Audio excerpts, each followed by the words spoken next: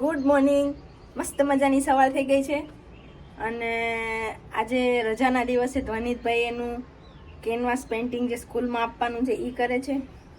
પરાગ ready થાય છે, હું થોડી રેડી થઈ ગઈ છું અને રીવા એકદમ મસ્ત રેડી થઈ ગઈ છે. રીવું અહીંયા તો બેટા જલ્દી અહીંયા આવતો જો રીવાને મેં એટલી બધી જોડી લઈ દીધી છે ને આજે. જો ગોય ફરતા બેટા ગોય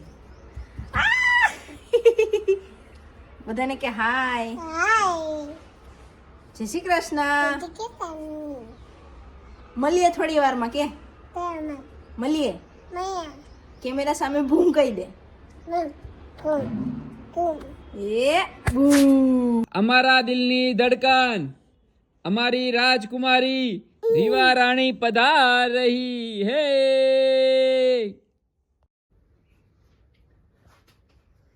એ પપ્પા જોઈને હમણાં ઝટકો લાગશે પપ્પાને. ઓ માય ગોડ, કેટલી પ્યારી પ્યારી લાગે મારો બચ્ચો. હોય કેટલી ચોટી લીધી છે બચ્ચું દે તો. હાય પપ્પા છે ને એને પપ્પા રેડી થવા માટે ગયા હતા ને તો મમ્મીએ રીવાને તૈયાર લીકી પપ્પાને સરપ્રાઈઝ. લીકી સામું તો જો બચ્ચા, એક આ સામું તો જો. હોય સોણ. તો અમારી આ રીવા દીકીની ચોટી તમને કેવી લાગે છે એ ખાસ કેજો અને કેટલી ચોટી છે એ કોમેન્ટ કરજો.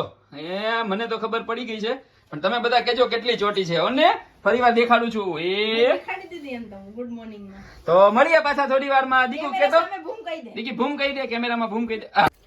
તો આજે થોડી તબિયત ઠીક નથી એટલે આજે બહુ બ્લોગ નથી બનાવી શક્યા.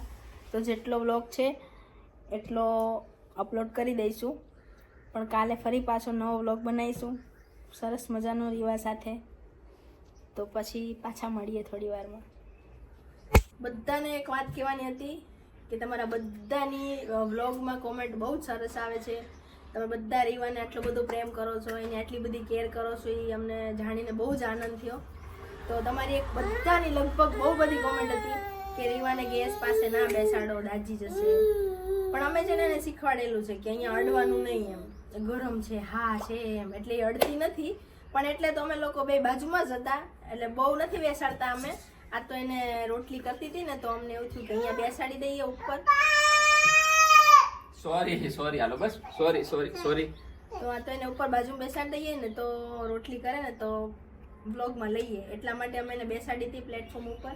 અને એમ તો થોડુંક ડિસ્ટન્સ હતું અને મગ તો ખાલી ગરમ કરવા માટે ગેસ ચાલુ કર્યો હતો. બાકી રોટલી હું આ બાજુ મારી બાજુનું જે બર્નર હતું એની ઉપર રોટલી બનાવતી હતી એટલે દાજી તો ન શકે પણ તોય તમે બધા એની આટલી બધી કેર કરો છો એ અમને બહુ જ ગમ્યું. થેન્ક યુ કેવું પડે કારણ કે ખાસ ઘણી બધી કોમેન્ટ હતી એમની એટલે હા એટલે જ ને. તમે બધા હા તું થેન્ક યુ કહી દે. હાલે તું થેન્ક યુ કહી દે પેલા. Thank you. તમે એટલી બધી કેર કરો છો અને અમે ધ્યાન રાખીએ છીએ પણ ઘણી વાર કેવું થઈ જાય કે અમે ને રાધીને બધા એકલા છીએ. એકલા મીન્સ કે મમ્મી પપ્પાની ભાવનગર હોય છે એટલે રસોઈ બનાવી હોય તો રીવાને સૂતી હોય તો વાંધો ન આવે, રસોઈ થઈ જાય. ગણિત સ્કૂલે હોય હવે એટલે એને બાજુમાં બેસાડીને ઘણી વાર કરવી જ પડે પણ ધ્યાન રાખવું જરૂરી છે. એના માટે થેન્ક યુ. એમ તો અમે ધ્યાન રાખીએ જ છીએ પણ પછી કેવું થાય કે જો નીચે રમતી હોય એનું રસોઈ બનાવું તો ડ્રોવરમાં જેટલા વાસણ છે ને બધા 12 ને 12 24 ને 12 કેટલા થાય? 24 ને 12 36 વાટકા. ગણિત મારું બહુ કાચું છે. તો ટોટલ 36 વાટકા અને બીજી પ્લાસ્ટિકની કે ડિનર સેટના વાટકા હોય ને એ બધું એ બહાર કાઢી નાખે. આખું રસોડું રમણ ભમણ કરી નાખીએ ત્યારે એ મને રસોઈ બનાવવા દે. એટલે હું બાજુ બેસાડી દઉં, પાટલી વેલણ આપી દઉં અને ગેસ થોડો આઘો એટલે મારે ધ્યાન રહે. પણ હવે એવું નથી કરતી, બહુ ઓછું એવું થાય.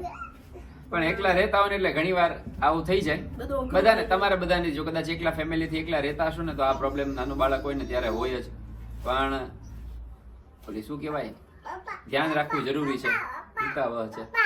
ધ્યાન રાખીએ જ છીએ. ચલો બેટા ચલો ટાટા કહી દો. ચલો દીકી ટાટા કહી દે. નહીં આવે જવા દો. કઈ નહીં, એની રમતમાં છે.